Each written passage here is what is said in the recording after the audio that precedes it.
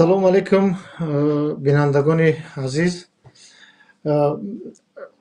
Аз тамоми шумо бахшиш мепурсем, чун имрӯз мо каме мушкили техникӣ доштем барои шурӯъ кардани барнома. Алан мо қатъи шумо ҳастем дар барномаи имрӯза, ки бо сабабҳои маълум муҷрии барнома бародар Салимҷон нестанд ва мо бо акаи Алим талош мекунем, ки барномаро барои шумо пешкаш кунем.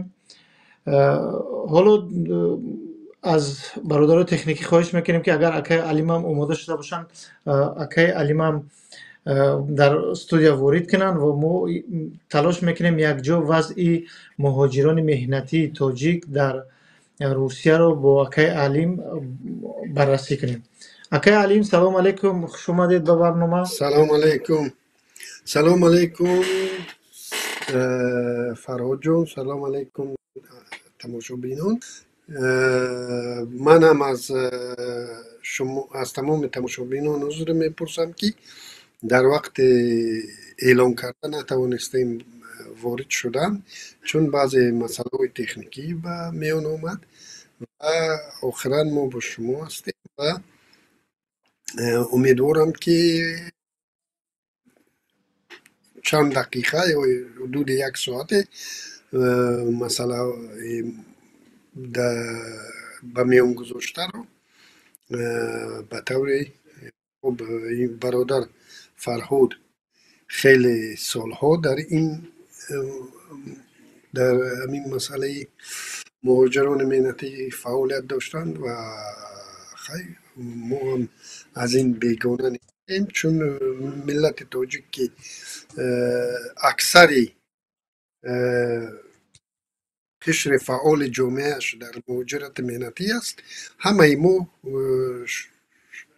тақрибан дар ин соҳа агар гӯем ки мутахассис шудаем хато намекунем, чунки аз ҳамаи оилаҳои мо тақрибан нисфи оилаҳои мо дар муҳоҷират ҳастанд ва мо албатта аз ин бехабар нестем. барои ҳамин талош мекунем, ки чанд лаҳзае бо шумо ин масъаларо баррасӣ кунем. Марамат Фарҳодҷон, шурӯъ кунем. бале, ташаккур. акаи Алим, бубинед, ман амин зиёда аз 20 сол ки худам муҳоҷир будам, бо 5 сол дигар ши дар Аврупо муҳоҷирем, манзур 20 соли охир дар Русия. дар умум нисфи зиёди умр дар муҳоҷират гузаштааст. дар Русия аслан муҳоҷирони тоҷикро ҳамавақт миллатгароёни рус бо ҳар нав, яъне тоҷикҳо аз миллатгароёни рус зарар медиданд. ҳатто то ҷое мо пештар мушоҳида карда будем, озори ҷинсӣ ҳама гуна, яъне ки куштор ҳам буд. то он дараҷа рафта буд, ки духтараки 9 солаи тоҷика кушта буданд дар Санкт-Петербург. яъне ҳодисаҳо ҳар гуна аст. вале дар ҳеҷ вақт дар гузашта бо як шеваи шадидан таҳдидомез бар муҳоҷирон, яъне як ҳамлаи густарда ман мушоҳида накарда будам. оне ки чанд соли охир мушоҳида мекунам, ҳадди ақал 2 соли охир агар бигирем, хеле як таҳдидҳо, хеле амалҳое ки дастаҷамона аст, яъне ки барномарези рехта шуда аст, шурӯъ карда аз полиси оддӣ, полиси махсус, хуб ФСБ Русия ва ҳатто ҳоло даст ба кор шудааст Госдумаи Русия ҳам дар ин барнома якҷоя ҳастанд, якдаст ҳастанд. назари шумо дар ин чи аст, ки оё воқеан Русия бо як сиёсаташ бар зидди муҳоҷирон, яъне ки сиёсати муҳоҷираташ дигар шудааст, ё ин ки ин як муваққатӣ аст? Чи аст ба фикри шумо? хоб, ин албатта ки русҳо дар миллигароӣ шояд яке аз миллатҳои мушкили бештаре дар ин ҷо дошта бошем. лекин ин ягона сабаб миллигароии русҳо нест, ки мо муҳоҷирони тоҷик ба мушкилӣ مواجه شدند، چون که مهاجران تاجیک از وطن خود تقریبا این مهاجران از وطن خود گریختند. یک نوعی اینها گریزند اکثر اونها. خب عقیبگاه ندارند، یعنی مهاجر مهنتی که به وطنش تماما از وطنش امیدش کنده شده است و او را به خاطر مثال شرط میگذارند که یا به تاجیکستان روان میکنیم یا به جنگ اوکراین را، و او ترجیح میدهد که در جنگ اوکراین رود از اون که او را به تاجیکستان انتقال بدهند. این یعنی یک چیز نبودن، بی‌صاحب بودن همین مردم تاجیک سببگار اساسی به همین حالت دچار شدن مردم تاجیک گشته است. ببینید شناسنامه تاجیکی شاید از بی‌قدرترین شناسنامه های باشد که در دنیا. خب در کجایی که با شناسنامه تاجیکی در کدام فرودگاهی که نوید، البته که با شما با یک شبهه نگاه میکنن. ببینید در همین لهستان تمام ملت ها قریب که وجود دارند، از تمام کشورها، از تاجیکستان هم کم نیستند آدم ها. و یکی از بانک های با نفوذ لهستان یک سال پیش دیگر با شناسنامه تاجیکی صورت حساب را برایت نمیکشاید، یعنی کارت های بانکی برای شهروند تاجیکستان نمیدهد. همین سببگار اساسی بی‌قدر شدن این ملت. ببینید من شناسنامه میگم، از شناسنامه افغانستان جنگ زده شناسنامه تاجیک بی‌قدرتر است. با شناسنامه تاجیک، با شناسنامه افغان در همون بانکی که گفتم در لهستان راحت صورت حساب رو میکشایی.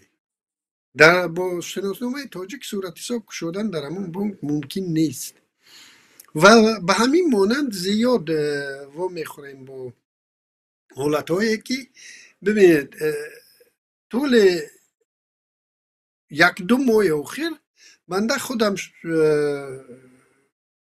از تلفات جانی همشهری هایم در اوکراین درک دارم که حدود 4 نفر شهروند تاجیکستان که هم زبان ها و هم شهری های من هستند، شخصا اونها رو می شناختم، جام به جبار سپردم و از اینا 2 نفرشون با چنین شرط، یعنی هنگام بازداشت از طرف پلیس روسیه با اونها شرط گذاشته شد یا شما را به تاجیکستان می سپاریم یا با شرطنامه رو امضا میکنید و به اوکراین می روید، و اونا ترجیح دادن که این شرطنامه رو امضا کنن و متاسفانه در کوتاه‌ترین مدت بعد امضای این شرطنامه، این موافقه به هلاکت رسیدن. ببینید حدود 20 بدخشانی رو من میشناسم، یعنی روی خط اونا برآمد که در جنگ اوکراین از طرف با جانبداری روسیه جنگیدند و جان دادند، و این فقط از یک بدخشانی است که 3% اهالی تاجیکستان رو تشکیل میکند. ولی در جنگ اوکراین شهروندان تاجیکستان و جز بدخشان از دیگر منطقه ها هم کم نیستند. و ببینید این آدم ها آمده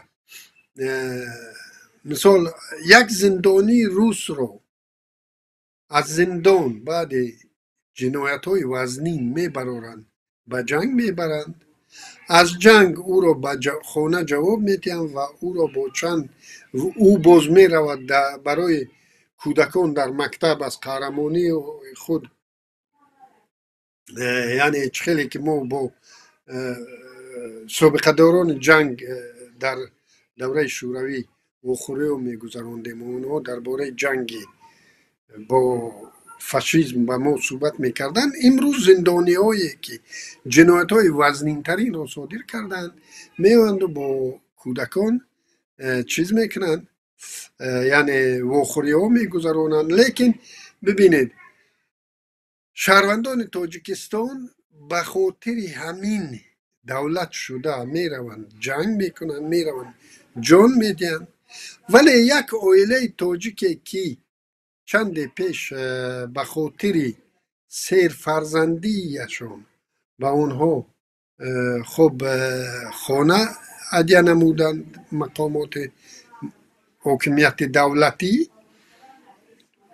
خانه هدیه نمودند و بدبختی آنها در چی شد که همین مقامات اومده برای خود رو یعنی یک نوع رکلام کردن، این رو رسانه‌ای کرد و آوازه شد و امروز این خواهر را بازداشت کردند و او را با چیز تقلب کاری اکنون تعدیدی چیز جنایی میکند، یعنی پرونده جنایی میکند.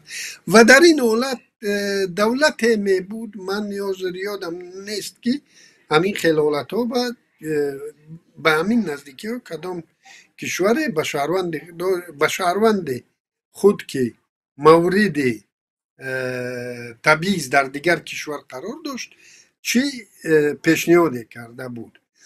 اگر دولت تاجیکستان اگر واقعا هم دولت می بود، همین حداقل برای همین اویله می اومد و می گفت که خب ما همون خانه به شما در کار نیست، بیایید من در دوشنبه به شما خانه میدیم. یعنی در پاسخ به همین تبعیضی که روزها نسبت همین شهروند تاجیکستان کردن، نه به خاطر اون که البته حاضر شاید بگویند که تاجیکستان این خیلی امکانیت ندارد که به همه مهاجران خانه دهد، لیکن حالت های مخصوصی هستند که در این حالت تو با این نشان میدی که شهروندت بی صاحب نیست و با او طرف نشان میدی که ما پیام شما رو گرفتیم. یعنی هر دولت هم در مناسبت بین دولت ها این تاثیر میرساند. یعنی اون طرف میبیند که رنگی که آذربایجان مجبور کرد پوتین رو عذر پرسی، ما هم باید مجبور میکردیم که اینها عذر پرسن. ما با گدایی هایی که کردیم، مثال مکتب ها رو با بودجه روسیه ساختیم، 5-6 مکتب رو مکتب روس زبان رو ساختیم به خاطر اون که زبان روسی این را میگن چیز نرم، نیروی نرم که در دنیا. یعنی ما آمدیم با از بودجه روسیه استفاده کرده 5-6 مکتب روسی ساختیم به خاطر اون که منفعت های روسیه در آنجا پیاده شود. و امروز او وکیل روس میآید و در پارلمان کتاب های درسی تاریخ ما رو به محاکمه میگذارد و میگوید که ما با اونها با پول خود کتاب نشر میکنیم، اونها در این کتاب ها ما رو چی میگویند، چی گفت، خب اشغالگر. غاصب، اشغالگر میگن. و همین هم برای ما شد یعنی یک منت گذاشتن. ببینید ازبکستان رو میبینیم که چخیل از شهرونداش در سطح بلندترین دفاع میکند و میایم تاجیکستان رو بینیم. برای همین من در اینجا سبب رو در همین میبینم. یعنی مردم تاجیک، یعنی همون تاجیک شهروند تاجیک، مهاجر مهنتی تاجیک که یک عمره او رو از روسیه اخراج کردن، برای یک عمره اخراج. این یک عمره اخراج از کجا پیدا می شود؟ چون که همین روس ها می دانند که این مردک تا چه حد امین جزای سنگین است برای امین تاجیک. از روسیه با یک عمره او را اخراج کردن، این یک جزای سنگینی است که خیلی که مثال برای یک شهروند روسیه حکم ابد زندان را کنید. یعنی تاجیک تا این حد ما رو، دولت ما تا این حد غیرت و چیز ما رو کشته است که ما همین خودتون دیدید که شهروند تاجیکستان نخواست در وی قید حربی خود رو نگذاشته است و او رو این چیز کردن، استنطاق کردن و او چخل گیریه کرد در همون وینکمت میگه و ازبک رو بینید که چخل در اونجا استودگری کرد، گفت که نیست پاسپورتتون به من در کن. باز او تاجیک روسیش از روس ها بهتر، او ازبک میبینی او روسی تقریبا نمیداند، باز پاسپورت روسی داشته است و باز میگوید که گیرید پاسپورتتون به من، این پاسپورت مفتم در کور نیست. یعنی با همین غیرته که چون که او میداند که میرود ازبکستان و در ازبکستان او را هیچ کس زندان نمی کند، هیچ چیز او را تهدید نمی کند. لیکن این تاجیک، اکثر تاجیک هایی که در اونجا هستن، من باز تکرار میکنم که اینا گریزن، اینا فرارین، از دولت خود گریختن و اینا رو روس ها تهدید میکنن که من تو را به تاجیکستان روان میکنم و با همون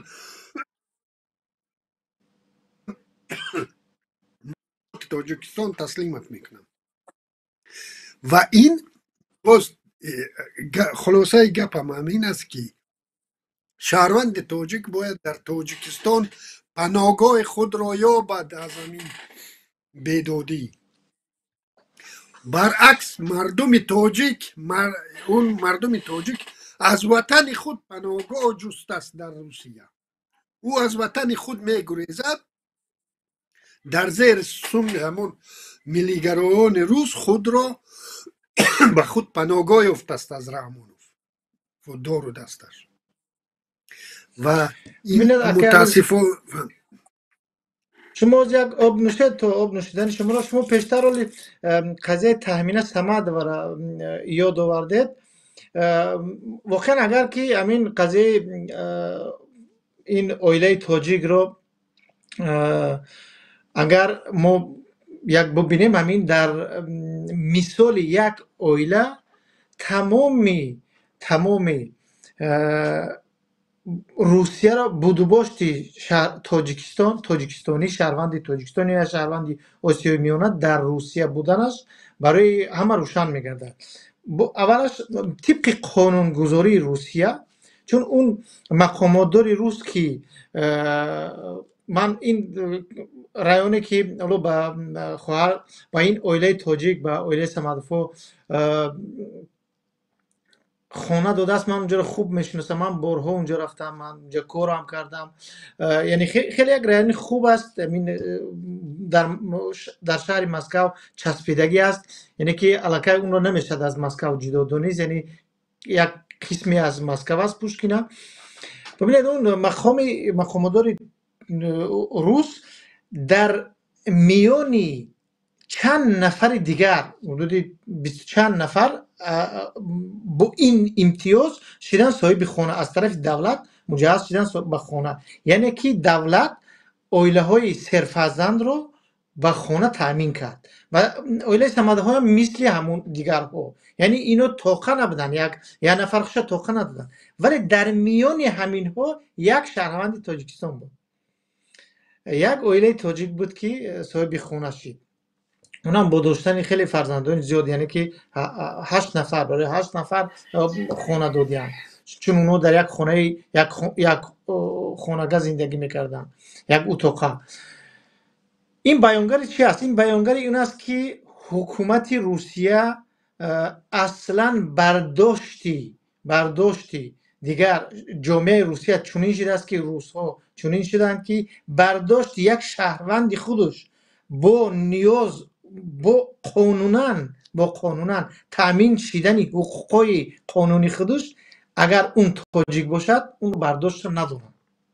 یعنی با درجهش ملتگرایی در اونجا بالا است که حتی رفت به جای رسد است که یعنی یک وکیل پارلمان میخزد در گزدوم روسیه درباره این اویله حرف میزند و میگد اون مقامدار روسیه که کار قانونی کرده است، وظیفه همچون یک مقامدار وظیفه دولتی دارد، همچون یک مقامدار دولتی وظیفه خود رو انجام داده است، با نمیدونم با کروپسیا اون خانه رو نفروخته است ولی به یک شهروند حق خودش داده است، اونا باید از کار محروم کرد که چرا اون با یک شهروند، با یک تاجیک، با یک تاجیکستانی برای اولیای تاجیک خانه توفه کرده است. این غیر امکان است، نباید به تاجیک خانه توفه کرد.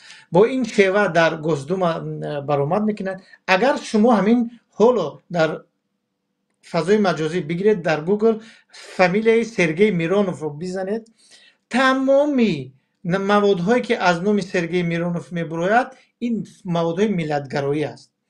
شروع از همین چند سال اخیر سرگئی میرونوف طلب کرد که با کشورهای آسیا میانه، یعنی با اون کشورهایی که بیشتر مهاجران به روسیه میان، با اونو روادید یعنی ویزا وارد کرده شود. خب با تمام محدودیت هایی که در قانونگذاری روسیه در 2 سال اخیر جاری میشوند، سرگئی میرونوف اساسگذار شد، یعنی که اون پیشنهاد میکند چی مشکلی هایی که برای مهاجران میارن در قانونگذاری اون دست دارد. بیاید درباره خیلی از اکای علیم گفت درباره کتاب هایی که در تاجیکستان کتابی درسی صنفی 7 درس داده می شود، سرگئی میرونوف از اون گپ میزند. حالا اگر سرگئی میرونوف رو از کتاب تاریخ صنف 9 روسیه یا صنف 9 روسیه پرسی نمیدوند ولی از تاجیکستان میدوند، این معنی چرا دارد؟ این معنی رو ندارد که سرگئی میرونوف با اون درجه دانا است که دیگر همه کاری که در آسیا میانه میگذرد از اون خبر دارد. نه، برعکس، برای سرگئی میرونوف اینو همه را تیار میکنند. یعنی گروه مخصوصی در روسیه راه اندازی شده است که یعنی اون از مقامات روس است. من از احتمال دور نمیدونم که این مقامات قدرتی است، از کدام از مقامات قدرتی است و اونها به زبان روسی دیرکتیو میگن، اون نمیدونم با شاید اکالیم بعد بگوید، یعنی یک آماده میکنن چیزهایی که چی کار باید انجام داد، چی کار باید انجام داده شود. یعنی میارن برای بالای سر میرونوف میموند که شما این مسئله ها را بردارید. ببینید در این مسئله در کتاب صنف 7 تاجیکستان در کتاب تاریخش چنین نوشته شده است: فلان اویله تاجیک در رایون پوشکینه به خانه تامین کردن. اصلا در بین اون 26 نفر فامیل این اویله اگر که در سرگئی میرونوف نمیگفت و به این شکل نمیکشید، شاید در یک رسانه‌های تاجیکی گفته گذاشته میشید و خلاص با اون دیگه کسی اهمیت نمیده. ولی اونی که این مسئله را میبردارن عمومی رسیدگی میکنن و میآیند این خانم رو بعد این بازداشت میکنه. یعنی که در مقامات قدرتی هم در پلیس روسیه نفرهای مثل سرگئی میرونوف، یعنی که ملتگرا و در اونجا هم هست. مثال دیگه هم از رئیس نشنالنیک لیست کمیته روسیه که خوب همه میدونن این با کسی دیگه پوشیده نیست که خیلی ملتگرا است و هر گوشه که تاجیک باشد اکسنتی مخصوص میکند بالای او، یعنی تلاش میکند که در همه جا مهاجران رو جنایتکار و تاجیکان رو بیشتر جنایتکار نشون بدهند. الان در اون یک کنفرانسی که در سنت پترزبورگ گذرانده بودن با یک فخر میگفت که او توانست 10,000 یا کارمندان او توانستند 10,000 مهاجر کاری را به جنگ ضد اوکراین روان کنند. یعنی اینو همش با اون خلاصه می شود که در روسیه ضد مهاجران مخصوصا ضد تاجیکان یک برنامه، یعنی یک کاری برنامه‌ای رفته است و یک حمله گسترده است که من در این باره فکری خود من دارم و اولو میخوام که اکه علیم بگد که چرا مقامات روس به این کار دست میزنن. آیا سببش واقعا همین مشکلی که مهاجران در روسیه وردن همین است؟ آیا واقعا مهاجران تاجیک یا که مهاجران روسیه تا اون درجه دیگر جنایتکارن که اینها نمیتوانند به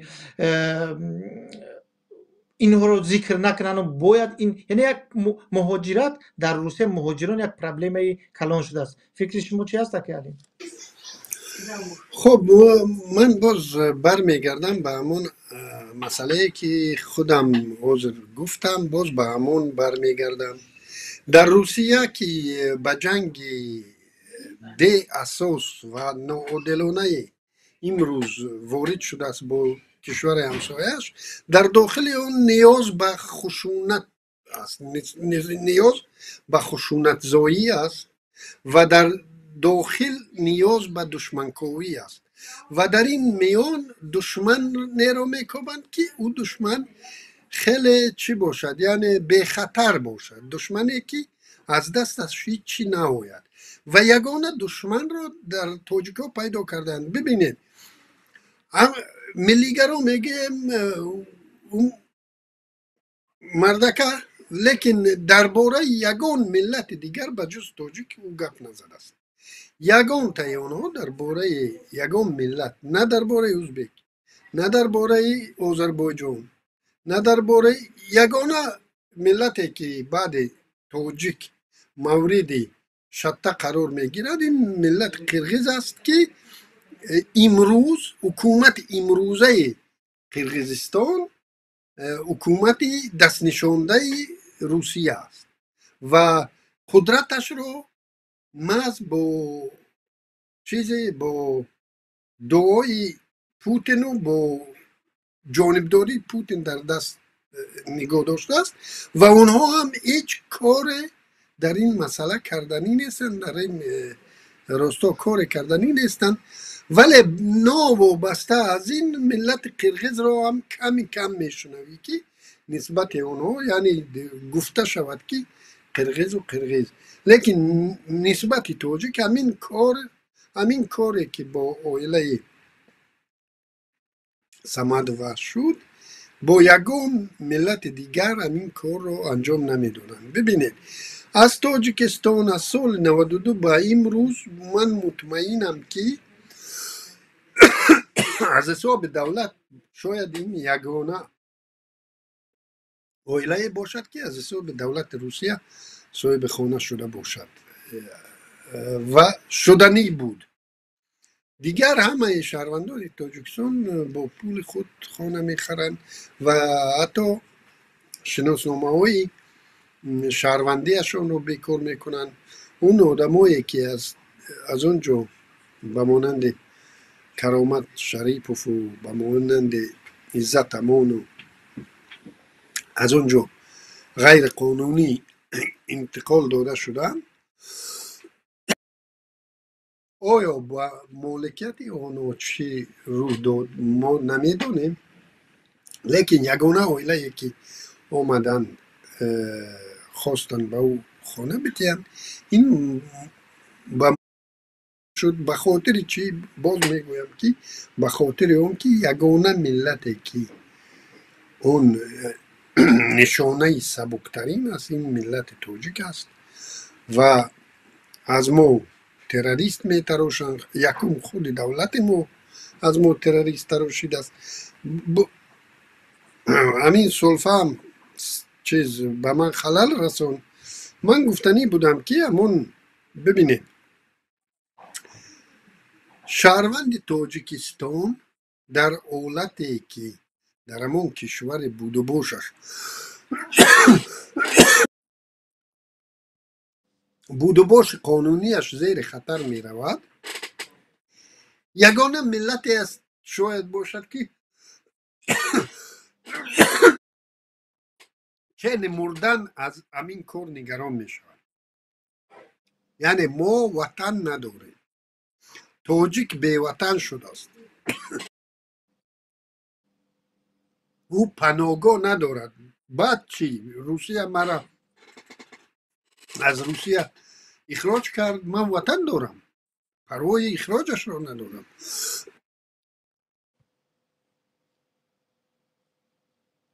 وطن ما رو در قبضه خود یک اویله گرفته است و یگان شهروند دیگر صاحب وطن نیست. ما میویم با ملتگرایان روس، یعنی اونا رو با ملتگرای ما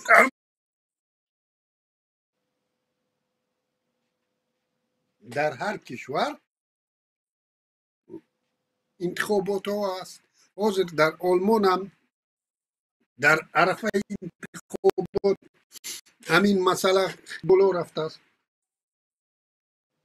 و ملتی که صاحب نداشته باشد باز همون تاجیک در حراس است که مرا اگر از اینجا اخراج کردن در تاجیکستان 20 سال زندان میشم. نه ازبکش این پروا رو دارد، نه قرغیزش این پروا رو دارد، نه قزاقش چون این پروا رو دارد.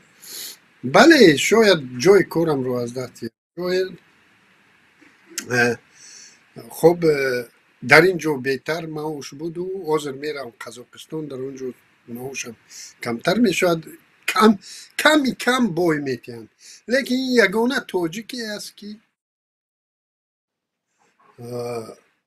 از به وطن برگردوندنش به مانند مردنوار میترسد. به گفت تاجیکا مردنوار میترسد. برای همین من سببگار اساسی رو دولت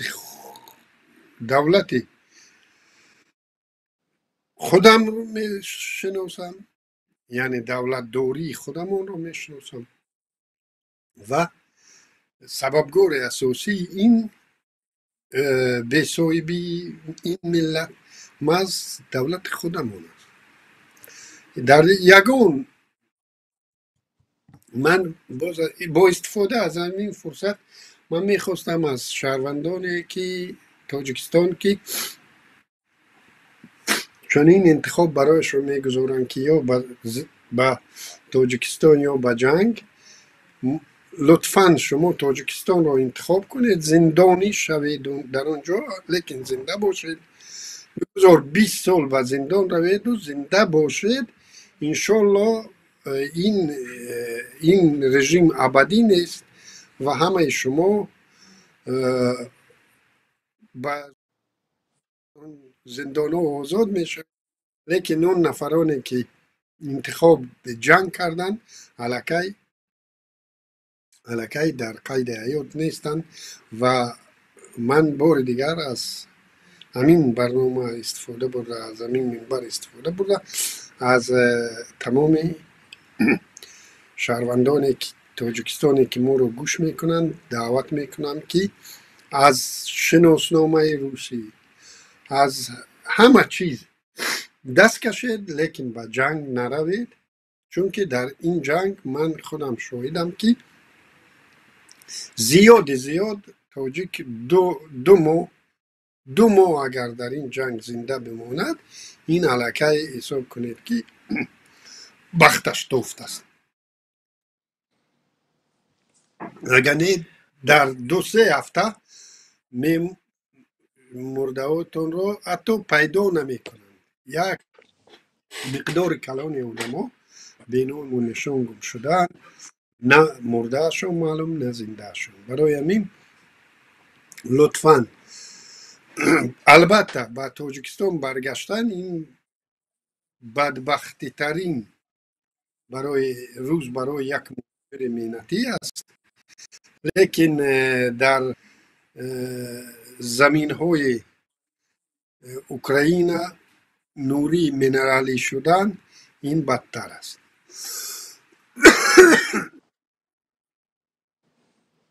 همین بله، خیلی خوب ذکر کردید. حالا مسئله خب دیگه به سمت اشغالگرایی رفت. همین سرگئی میرونوف بهوده در گوسدوم روسیه این مسئله رو نبرداشته است.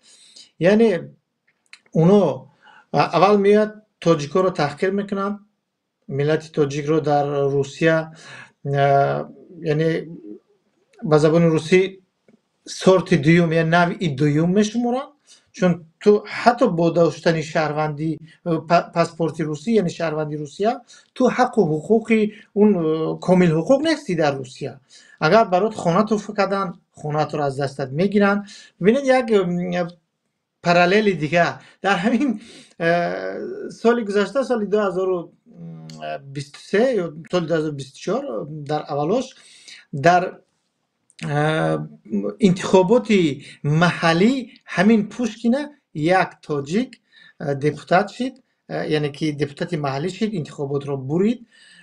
اون بنده خدا را هم همین بستریکین باز همین ملتگران روس با اون حمله کردن که چگونه یک تاجیک میتونست است در روسیه دپوتاتی محلی باشد. من فکر نکنم اگر که اون تاجیک نه، مثال اگر از کدومی از برادران قفقازی می بود، سرگئی میرونوف با این شکل یا که بستریکین بتواند با این شکل با او رفتار کند. یعنی ما از برادرای تاتار رو، یعنی اونایی که در روسیه ملت های دیگری روسیه هستن بسیار داریم در از هر منطقه ها. یک مثال در پوشکینه میتوند، حتی از مسکو هم ما چندین برادران تاتر و داغستانی و دیگر داریم که دپوتات هستن، حتی در گوسدوم هم هستن. ولی تاجیک نباید، یک تاجیکی عادی، یک تاجیکی نمیدونم مهاجر مهنتی که خودش توانسته است با مهنت خودش دل مردمی همون رایون شبیه بیاورد و یک دپوتات محلی شد، اون رو باید اجازه ندهند. کاری کردن که او همگی 3 روز در این مقام بود، حالا که اون رو مردم انتخاب کرده بود، اون رو کسی برای مثال تعیین نکرده بودن که مثال اون رو بیان از کار بگیرن، ولی اون رو مجبور کردن که خودش دست بکشد. یعنی که از این برمیاد که مردم روس در عموم با مهاجران یا با تاجیکان بدبینی خاصی ندارن. یعنی ما با روس ها مشکلی نداریم، ما با گروه از مقامات و از گروه خورد در روسیه که خیلی ملتگرایان با اونا مشکلی داریم. بیشتر این مسئله من فکر میکنم ربط میگیرد به، من چند نقطه را میخواهم ذکر کنم و اکیالیم شما میتونید خب در این رو پورا کنید. سبب اساسی که برای مثال من میگم که چند عامل ها سبب هستند که ملتگرایان روس خود رو اجازه میدن مخصوص ضد تاجیکا همین کار کنند. در همین رایون پوشکین سال گذشته یک تاجیک دپوتات شد، اون رو از کار گرفتن سال 2024. سال 2025 با یک عائله تاجیک خونه دادن، اون خونهش رو از دستش گرفتن و خودش رو حالا متهم کردن. حالا فقط این پروندهش حالا ادامه دارد، پرونده رو محکم نکردن، فقط اون رو موقتی به خاطر که کودک میده دارد حبس خانگی کردن. یعنی اون پرونده اگر که اون دعوا کند از خانه دست بکشد دیگه با این پروندهش محکم می شود، ولی اگر از خانه دست نکشد، چون اون مقامات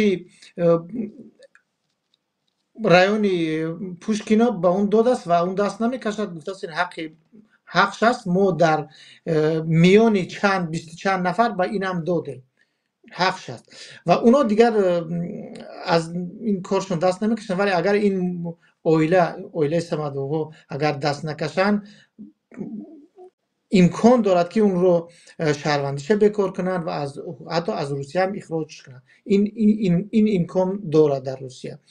من این رو عامل های همین رو چند تا نمبر میکنم و که الان بعد شما میتونید این رو پر کنید. یکم حکومت ضعیف. ما یک حکومت ضعیف داریم. حکومت ما تا او درجه ضعیف است که اصلا نمیتواند زیدی روسیه یکم کاری انجام بدهد. دوم، من در اینجا به مسئولیتی مقامات میگم، مقامدارای تاجیک، یعنی که همین کار را میتواند، اگر ما در یک کشور دیکتاتوری زندگی نمیکردیم، یک مقامداری تاجیک برای مثال و ما یک وزارت داریم، وزارت مهنت و شغل اهالی که خدمات مهاجرت هم زیر اون است. خدمات مهاجرت در روسیه میتوانست برای این عائله فوراً یک وکیل بگیرد و تو روسیه وکیلان خوب هست که میتونستن حتی باستریکین هم به سود بکشن، سرگئی مینورف هم به سود بکشن، چون این اویله از روی قانون خونه گرفته است، صاحب خونه شده است و فوراً وکیل بگیرن و کار رو در سطح دولتی ببینن. اول طرف حقوقیش رو ببینن، یعنی که اونو به سود مراجعت کنن. دیگر اون همچون یک پشتدار، یک اویله نه، پشتش ده خدمات مهاجرت تاجیکستان، سفارت تاجیکستان پشتش ایستاده است. اونو میگیرن یک وکیل، اونو میبرن، این پرونده رو به سود میتن و فوراً وزارت کارهای خارجه تاجیکستان با سفیر روسیه در تاجیکستان نوتا میفرستد که شما حق این تاجیک رو، حقوق این تاجیک رو ویران کرده است. فوراً لجامی باستریکین و لجامی سرگئی مینوروف کشیده شود. این کار حل میشید، حل شونده است. حالا مگر همین کار کنن، این کار حل میشود، این اویله صاحب خونه میشد.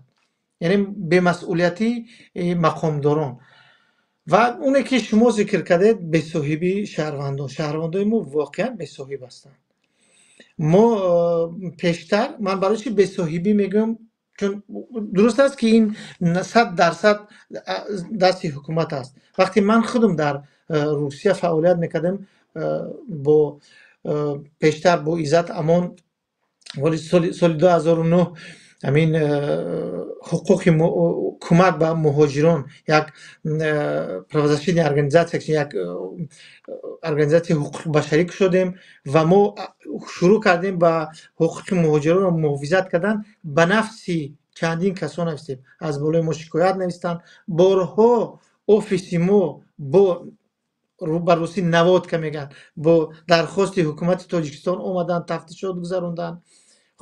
خب حجتای ما هم که قانونی بود، چیزی نمیافتن، فقط همین گفتن که شما رو در تاجیکستان چشم دیدن ندارن.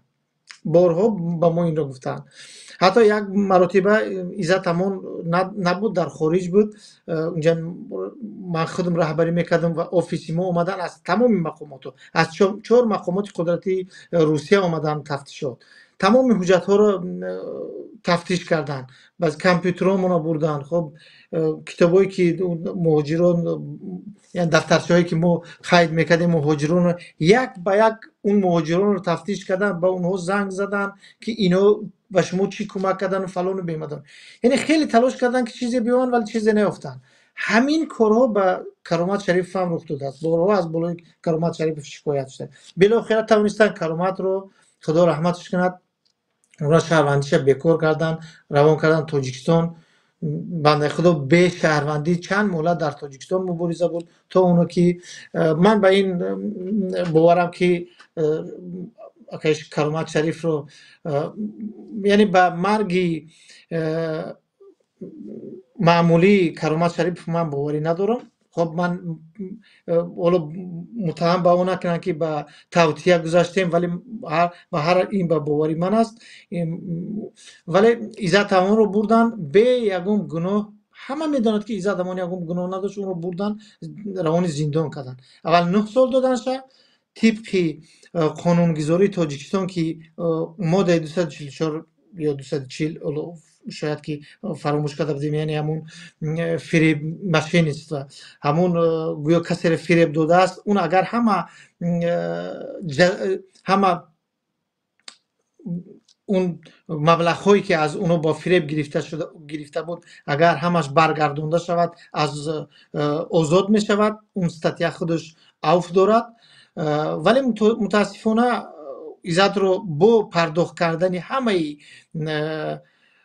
مبلغ هایی که از اون طلب میکردن اون رو آزاد نکردن. بعد او همین اوف اعلان شد. در این اوف، این ماده که عزت امان رو متهم کردگن، این ماده در اوف غلطید، باز هم عزت رو آزاد نکردن. گذشته از این بعد 6 سال دیگه ایروا دادن شد. یعنی کار کردن که 15 سال عزت امان باید در زندان باشد. کرامت شریف نیست، عزت امان زندان شد.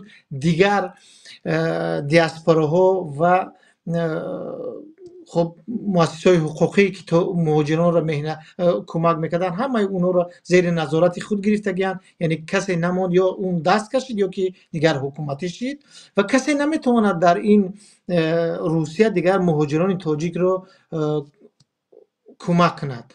به خاطر همین مهاجران به صاحب موندن. من میگم نقطه ایش که میگم که شهروندان به صاحب، یعنی که این معنی اون داره که کسی نیست در روسیه یگام نفری که بتواند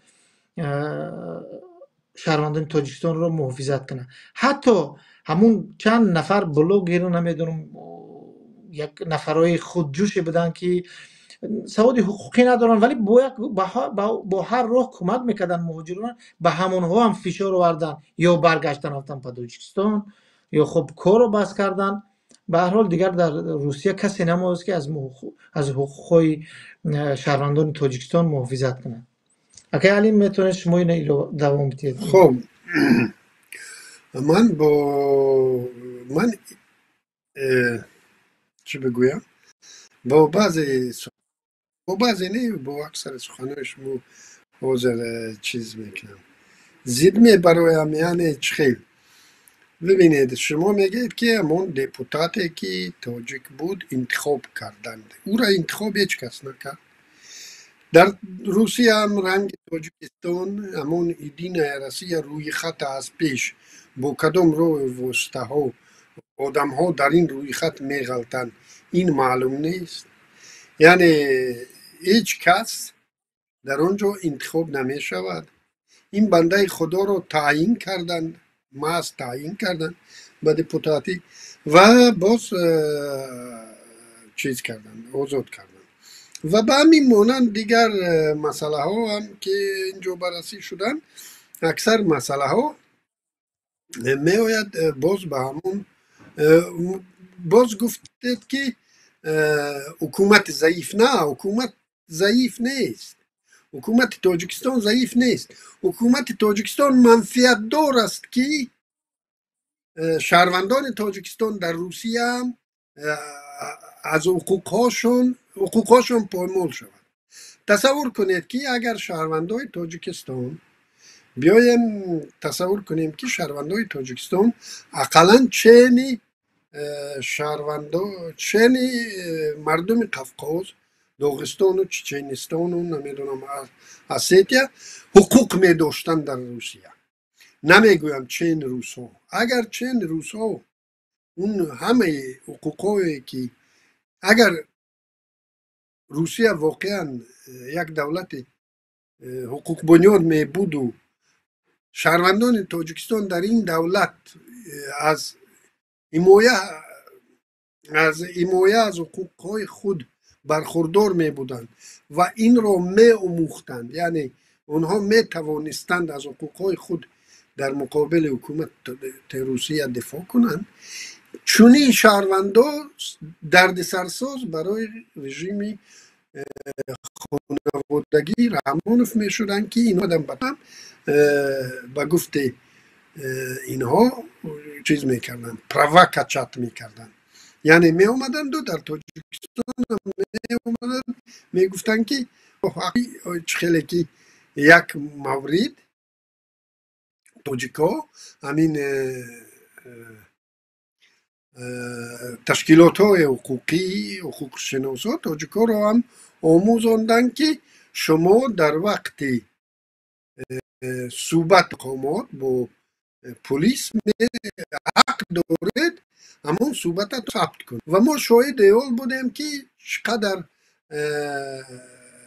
جوان ها از همین چیز استفاده بودن، یعنی پلیس رو در وقت بازداشت کردن چیز میکردن، ثبت میکردن و این پلیس میترسید از رنگ تاجیکستان از دستش تلفن رو کندن نمیتوانست و مجبور بود که با او معقول نبود که او را ثبت میکنن، لیکن مجبور بود که همین طلبات قانون رو رعایت کند. امروز الکی در روسیه بعد جنگ، شروع جنگ، الکی رنگ تاجیکستان حاضر یگان روز هم تلاش نمی کند که همین مورد، یعنی در مورد مناظره با با کارمند پلیس بیاید و کامera را گیران کند، تلفنش رو در سرش میشکنند. چی رسد به تاجیکو؟ لیکن همون روز و ساعتهایی که پیش از جنگ شهروندان روسیه همین حقوق رو داشتن، بعضی شهروندان تاجیکستان هم از همین حقوق استفاده میکردن و این رو رحمانوف و دار و دستش تعبید به حکومت خود هم میشناختن. یعنی همون تاجیکی که در روسیه بیاید و از حق خود دفاع کند، او یکی در روسیه بیاید و با صدای بلند رنگ چهارشنبه با روسا بحث کند، روسا را چیز کند، این خیلی آدم ها در تاجیکستان هم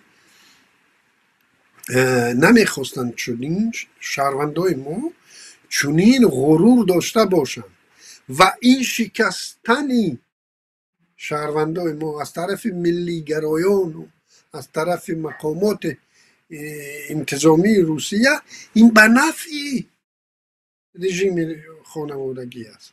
این رژیم میخواهد که مردم همین خیلی چیز باشد، شکسته باشد، مردم نبیند چیز را. یعنی یک اون خدای ناخواسته در روسیه یاد بگیرد از حق خود دفاع کردن و بعد همین حق را بیاید و در تاجیکستان هم از مقامات طلب کند. برای همین هیچگاه اجازت نمیتیند.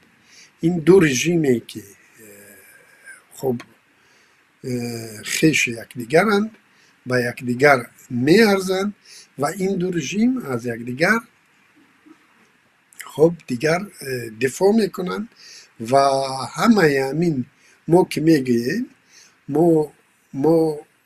من انتظار آن را ندارم که مثال همون طلباتی که من میکنم انتظار آن را ندارم که حکومت تاجیکستان در قصه همین عائله که امروز به مشکل روبرو شده است در قصه همین عائله باشد.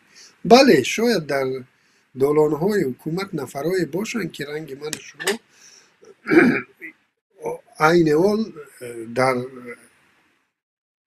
چیز وجودشون گریه دارن، در وجودشون چین دارن، غضب دارن و اعتراض دارن. شاید در داخل حکومت، در داخل سفارت، داخل وزارت کار خارجی نفرهای باشن، لیکن همین خود نظام رحمانوف، نظام خانوادگی رحمانوف منفعت دار به آن نیست که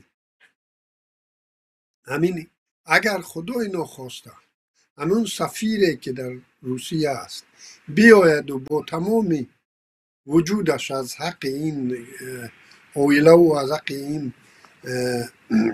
مهاجران مهنتی دفاع کند، باور نکنم که مورد خب پسندی رحمانوف و رژیمش گردد و او رو مقام بالاتر دهند. البته باورم بر این است که این خیلی آدم رو از این مقام هم برکنار میکنن و دیگر به او یگان منصب دیگری رو نمیبیند. مثال امام الدین ستارزاده که از هم کرامت رو به تاجیکستان روان کرد، هم دیگر شهروندانی رو که میخواستن او همه همکاری رو با مقامات کرد، او رو بردن باز جای غوث‌تر، مقام غوث‌تر دادن. لیکن اگر نفری بیاید و واقعا یعنی با خواهش دل خود بیاید و از حق همین مردم دفاع کند، باور کنید که به دوشنبه خوشایند نخواهد بود. ولی تشکر، خیلی خوب ذکر کردید. حالا شما درباره انتخابات های روسیه انتقاد کردید. ببینید اکلی من برای چی گفتم که بهرام جان خودش انتخاب شد، من دلیل دارم. من در روسیه در شهرک دمدیدو زندگی میکنم و از شهرک ما دپوتات محلی ما یک اوزاری است، یک برادر از آذربایجان است. واقعا اون در انتخابات برد کرد، چون من در انتخابات اشتراک کرده بودم و خودم همش دیده بودم با چشم که چه خیلی میتواند یک نفر خود در یکی از شهرک های رایون نزدیک به خود مسئولیت پیشبر بیشتر. شود، خودش رو پیشبری کند. نه، عزیز این به از حزبو ایدین میشه. یارسی یا نه نه، از این نه دین نه یارسی یا نه. نه نه نه نه نه نه، نه نه. به این شکل تو حق ا- نمیتونی. تو از جزی و سیستم فقط وارد شده تو میتونی.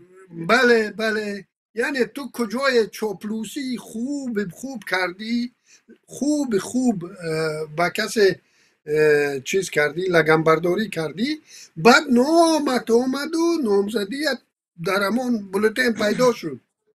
به این تاجیکی با وقار در همون بلوتین پیدا نمیشد برادرو. خب تاجیکی شما با غیرت و با وقار و تاجیک که حس ملیش بلند است، حس انسان، این وای چیز انسانیش، یعنی شان شرف انسانیش رو احترام کند، او در روی خطی همین بلوتن پیدا نمی شود. او نفر در آنجا پیدا می شود که حاضر گروبتر دغلتر بگویم نمی شود. نفر در آنجا پیدا می شود که سابقه کلان چاپلوسی دارد. من به فکر شما راضی نیستم. البته در روسیه هستن تاجیکانی که واقعا ملت دوستن، ملت تاجیک رو دوست میدارن و خیلی کمک میکنن به مهاجران ما. و به روسیه اگر بگیم ایمی موج نگردیدسا، ما واقعا برادرای خوب داریم در روسیه. خب درست است که اونا سیاسی نیستن، آدمای سیاسی نیستن، ولی با نظر داشت همین من با یک باوری کامل میگم که حسن با امون حالا بهرام جان در انتخابات خودش گذاشته بود. برای چی؟ ببینید اکیلیم در از روان پوشکین همگی 2,500 آواز دهنده بود و از بین 2,500 آواز دهنده 2,000 طرفدار یافتن چندان مشکلی نیست. درست که اون از ایدین روسیه بود، ولی در سطح پایانی، در سطح محلی به هر حال یک آزادی های در روسیه امکان دارد. میتوانند نفرهای خب یک درست حتی از داخل همون روسیه خودش هم نفرانی که ملت شهروندان روسیه رو دوست می‌دارن و شهروندان همچون شهروند، همچون انسان، همچون یک مقامدار خدمت میکنن کم نیستن. در تاجیکستان این جمله در تاجیکستان هم چنین نفرها هستن، من به این باور هستم. ولی خب دیگر اون که رسانه‌ای شد، همین ملتگرایان روس برداشت اونو نداشتن و تلاش کردن که بهرام جان از این کار دست کشد. خب بگذاریم از این. مسئله اساسی این بود که آیا شما واقعا با چی مشکلی ها را میبینید که شهروندان تاجیکستان، یعنی تاجیکستانی های ما، چی ها سبب است که شهروندان ما در تاجیکستان با این تا این درجه آسیب پذیرن؟ یعنی حکومت ضعیف، شما حکومت رو قوی میشمورید، خب من خب ضعیف. به مسئولیتی مقامات، به صاحبی شهروندان، شما با چی فکر دارید؟ با چی هست؟ خب من تقریبا همین اساسی عیب اساسی یکم و دویم و سیوم و پنجم همش درخواستی اراده سیاسی حکومت تاجیکستان است. اراده سیاسی حکومت تاجیکستان بران است که شهروند تاجیکستان از باغچه بچگانه باید شکسته شود، از صف بیرون یگان کس نبراید. در این صف ما در 70 سال شوروی هم همون حزب کمونیست هم نمیخواست که یک آدم از همون خط مشک یا از همون صف کشیدگی بیرون براید.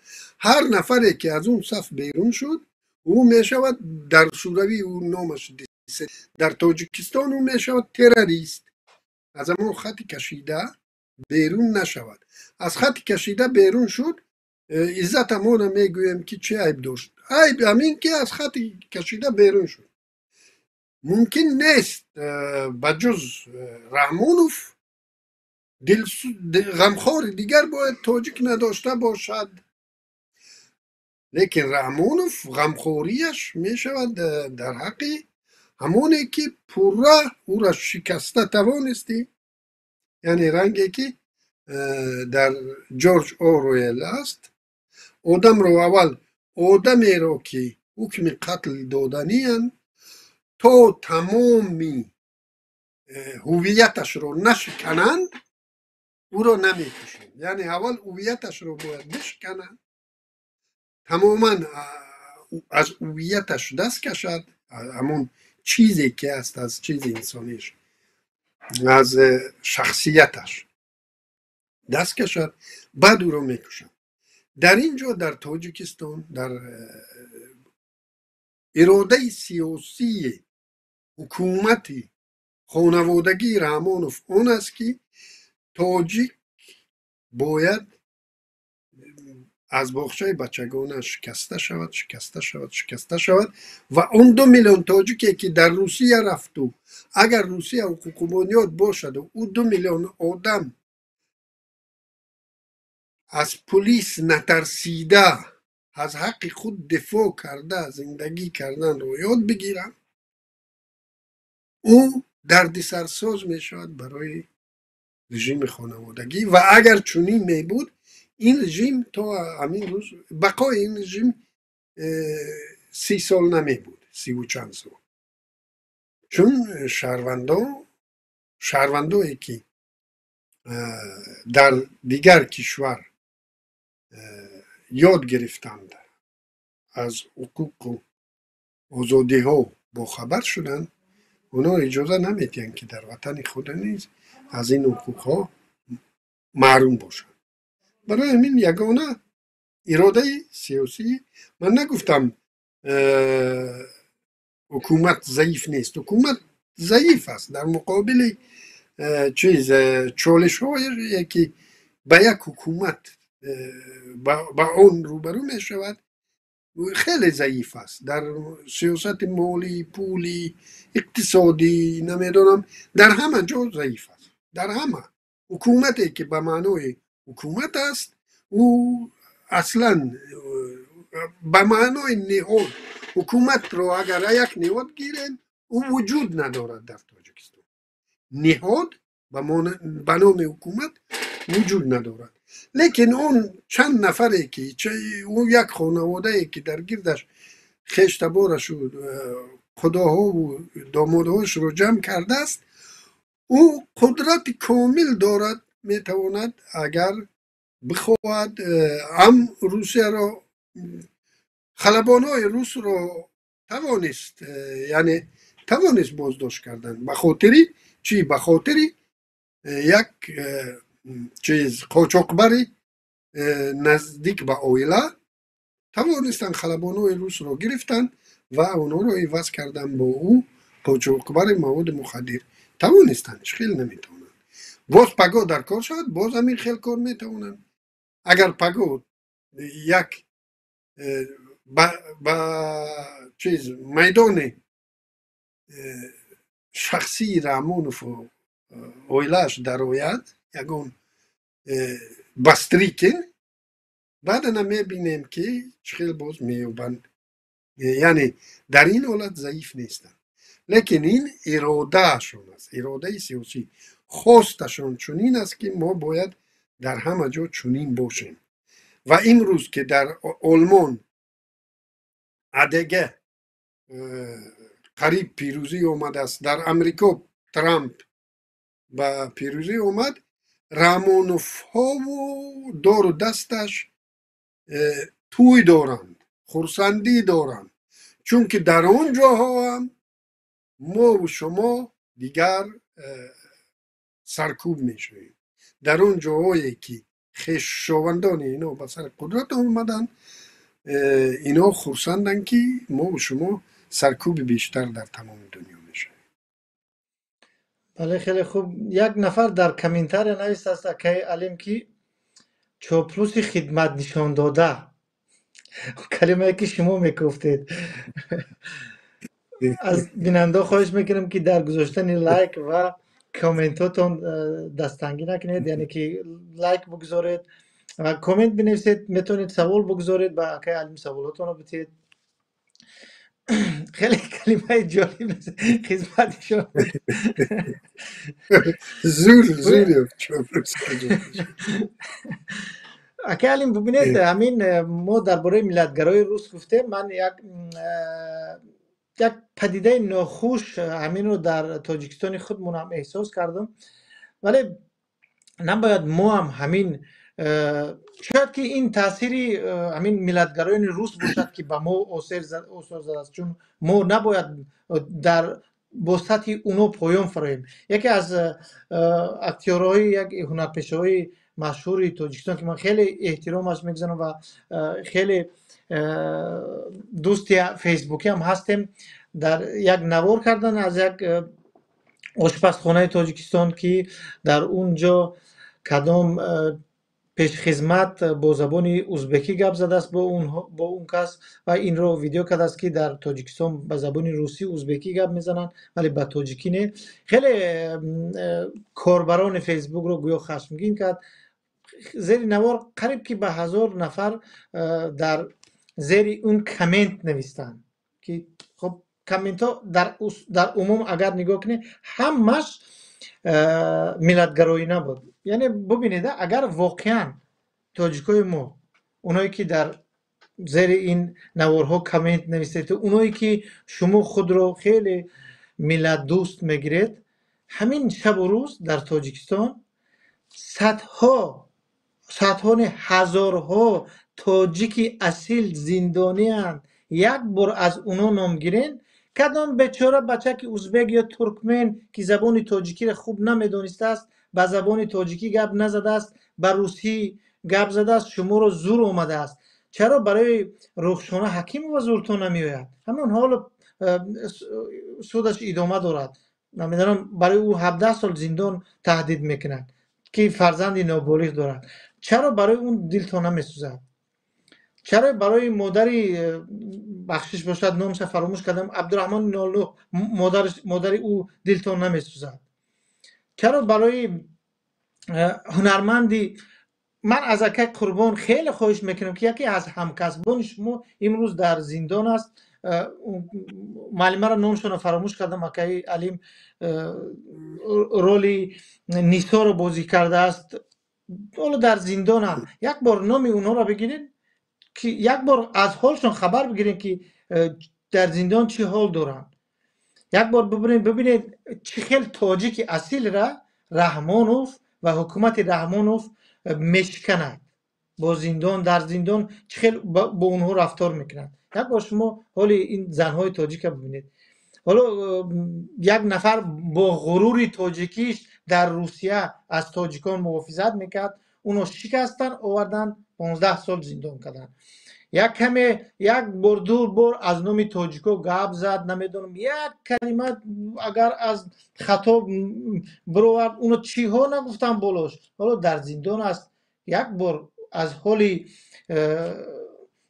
زندانیای تاجیکستان، زندانیای سیاسی خبر بگیرید که اونا چه حال دارن؟ چرا از اونا نمیبینید؟ چرا فقط یک نمیدونم پیش خدمت ازبکی که بیچاره با تاجیکی صحبت کردن نمیتونست اونا میبینید؟ شما فخر کنید که یک ازبکستانی یا یک ترکمن اومد از در تاجیکستان یک برودر نان حلال یافته میخوره، یا یک برادر افغان.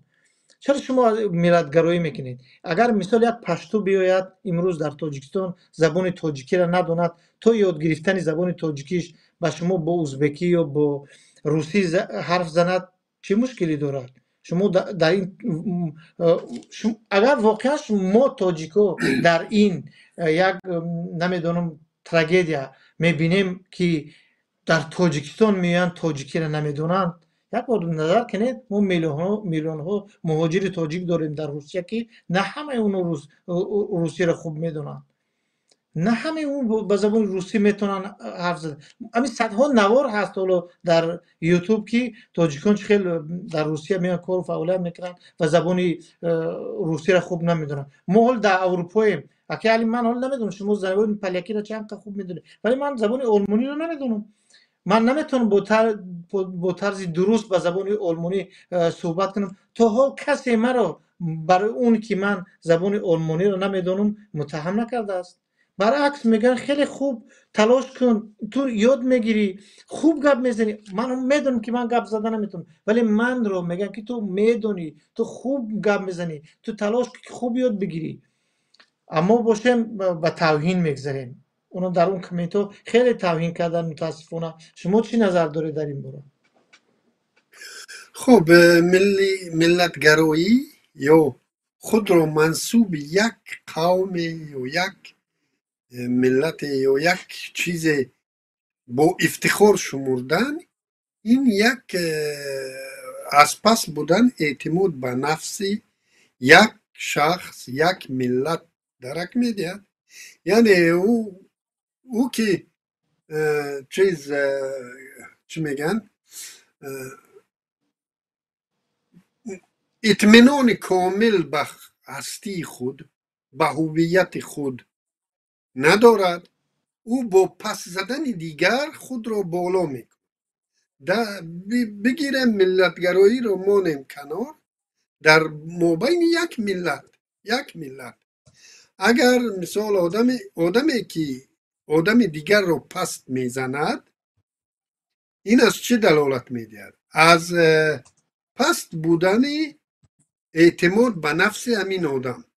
یعنی این آدم در کجای ضعف دارد و اون ضعف خود را روپوش میکند با پس زدنی یک نفر دیگر که با این خود را بالا میگیرد. عیناً همین میآید به قوم ها و ملت ها که ملتگرایی در همه دنیا، ملتگرایی در آن جایی است رشد میکند که این اونجا بگیریم اگر ملت بگویم، اون ملت موفق به دولت سازی نشده است. یعنی دولتی که او با اون دولت و با اون بودن دولت داریش اطمینان کامل دارد و اگر خدای ناخواسته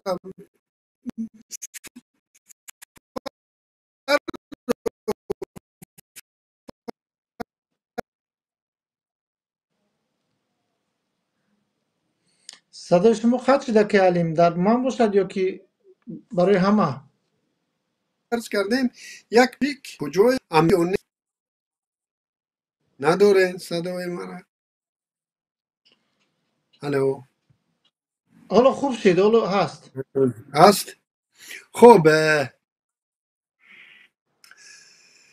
یعنی اون ملتی که فرض کردیم یک توجیک من شما اومدیم و یک آلمانی رو به خاطر این آلمانی بودنش تحقیر کردنی شویم که این ملت آلمانی این خیل و خیل، او بر روی ما میخندد و هیچ گپ دیگر زیادی نمیزند، او تحقیر نمیشود چون که اعتماد به نفسش زیاد است، چون که او میداند که ملتش خب در قیاس با ملت من خیلی چیز قدرتمندتر او، یعنی ضرورت ندارد. آدمی که تصور کنید که در کوچه، همین مثال ما به کوچه بیاریم یک آدم بزبله که با مطمئن است به نیرویش و یک آدم رنگ من موسفیدی خب تقریبا چه گویم پو وله بگور میوید و ضرور اگر من با او جنگ کردنی شوم، او ضرورت به جواب به پاسخ دادن ندارد، او میخندد بروی من که تو چی میخواهی با همین کارت. یعنی این نشانگری ضعیفی است، همین ملتگرایی نشانگری ضعیفی همون ملت است، نشانگری چی بگوییم پست بودن اعتماد به نفس و همین خیلی دیگر این یگان چیز ندارد. ببینید همون بنده خدا که این قصه رو کرد، خب ما میویم، شاید اشتباه کرده باشد، شاید نکرده باشد. یعنی یک واقعه با من رو داد، در فیسبوک نوشتم تشخیص امین ملت رو، تشخیص مردم رو همون شرح و کامنتاری ها دادن. یعنی اگر من آمدم و درباره یک مثال گپ خوب درباره یگان آدم یک دو سخن خوب گفتم، اونجا سه چهار کامنتاره. لیکن اگر من بیایم و یک آدم رو متهم به چی کنم، از یک ملت دیگری افتم، مثال یک وقتا در شبکه ها لوله ها را تحقیر میکردن و همیشه میکنند. یگان واقع رو درباره همین خیل مسئله رو گذارید، میبینید که در یک مدت کوتاه تا 1000 و 2000 شرح نویس پیدا میشوند و اونجا بحث های تیز و تند میشوند. یعنی این نشانگر اون است که جامعه بیمار است، جامعه تاجیک بیمار است. چون که خب چی میگن با تاجیکی نمیدونم، حاضر دگراداcja با تاجیکی چی میشه، دگراداcja شدگی. یعنی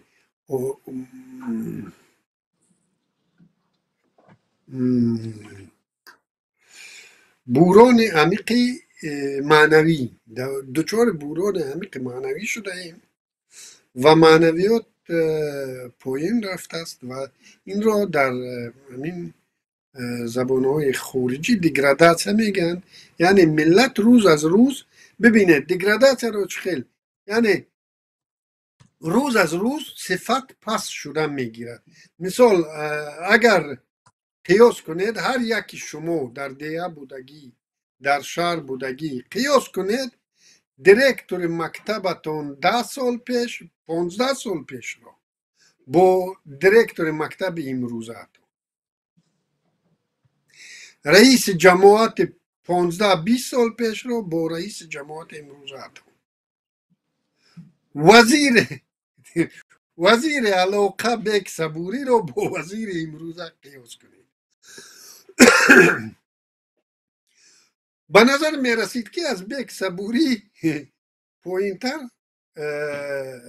سطح یک مقام یک وزیر نمی شود که نه، به گفت روسا از پایان در از پایان تق تق کردن. یک وزیر نمی افتن که او تماما عجایب آدم. انا همین خیل این رو میگن دیگراداcja، ملت چیز میشد بیش این روز از دیروز پایینتر سطح معنویات ملت میره. برای همین چون که اون معنویات رو ما زندان کرده، اون در زندان بینه، در زندان نخبگان ملت در زندان هم، نخبگان این ملت در زندان هم. ما چی طلب داریم از همین جامعه که نخبگانش در زندان هم. برای همین این مردم که مردم رو افتاده، مردم نومید، مردم که خب با امروز خود ناامیدند و فقط با تاریخ جنگ دارند. ابوعلی ابن سینا را کسی از خود کرده است، این هم قریب 5000 کامنتار مییابد. چون که خب اگر اعتماد به نفس کافی باشد، اگر امروز گیوته رو فرانسوی ها گویند که این از ماست، آلمانی ها اصلا در قصهش نمیشن. مثال که شوپن در لهستان تولد شده است، لهستانی ها او را از ملت خود میشناسند، در حالی که فامیل او خودش میگوید که او نمیست است. چون او وقت این لهستان در امپراتوری آستروینگره بود یا پروسیه بود، پروسیه با فکرم. و شوپن در همین جا تولد شده است. او رو پلیاکو لهستانی و لهستانی میدونن. یگان نمیس با اینا مشکل ندارد. اگر در ما می بود همین حالت در ما می بود، این قیامت برپا می شد که این یگان این ازبک نیست، این در توشکن تولد شد ازبک شد، این تاجیک است. بعد می افتیم چیزش رو شجره نومه نسب نامه شجرهش رو می افتیم و عالم رو، چون که با این روز در این روز ما هیچ چیزی برای افتخار نیست. در این روز ما چیزی برای افتخار نداریم. برای همین چسبیده ایم به گذشته که فلانی از ما بود و پیمدانی از ما بود و با همین خودمون رو تسکین میدیم و فکرم خیلی طولانی نشده این برنامه ما. باز بله دگراداسیا تنازل میشه دست که علیم با فکرم که مردم دیدم دگراداسیا را تنزل زودتر من میفهمن. بله از تنزل تنازل دیدم بله دگراداسیا را خوب میفهمن. خب بله وقت خیلی طولانی شد، از این زیاد بیننده ها رو مزاحم نشویم. اکا علیم تشکر برای برنامه. برای صحبت کردن خیلی موضوع ها زیاد است، ولو اگر که ما واقعا ملت خود رو دوست می‌داریم باید درباره همین صدها برنامه ها کرد و در این برنامه ها خب از همین الیت فکری تاجیکستان دعوت کرد، با اونها صحبت کرد، مشکلی های اساسی رو گفت، ولی ما همه این مشکلی ها رو کنار گذاشتیم، آمدیم بالای گپ میزنیم، یعنی برای یک یک چیزها، یک چیزای نوچیز ما میسازیم یک تراژدیا، گوییم که این دیگه تمام ملت ما رو همین اگر سینه رو از ما گرفتن ازبک بروردن یا ترک یا کدام ملت دیگه، تمام دیگه ما از بین میرویم. یا نمیدونم کدامی در شهر ما با تاجیکی گپ نزد خلاص ببین همین هزار بچه جوان تاجیک، دختر جوان تاجیک در مرکز شهر دوشنبه شهر میدارد با تاجیکی گپ زنند، روسی گپ میزنند. یک بار اونو رو برای تربیت کنید. کدام ازبک شما مجبور میکنید که تاجیکی گپ زند روسی نه. تشکر که علیم، خیلی موضوع خوب بود. شما واقعا نومد مسئله باشه. مهاجرت رو خوب درک میکنید، از صحبتتان معلوم است. ما از درگاه خداوند به تمام ملت تاجیک صبر تمانا داریم. ببینید هیچ وقت رو افتاده نباشیم. مردم سوریه زیاده از 10 سال ضد بشار اسد مبارزه بود و امروز پیروز شده است. من شخصا از فرصت استفاده برده مردم سوریه رو با این آزادیشان که از یک زندان فقط حدود 5000 نفر رو آزاد کردن تبریک میگویم. خداوند به اونها آزادی داد، روز خداوند به ما هم این آزادی را نصیب گرداند و من دعا میکنم که این آزادی را اکای علیم خداوند به دست ما و شما بیارد که ما به مردم تاجیک و به طرفداران پیمان ملی تاجیکستان سربلندی دارین، هم این دنیا و هم آخرت رو آرزومندم. دعا کنیم که موفق و پیروز باشیم. خدا نگهبانتان باشه. سلامت باشید. خدا نگهبان.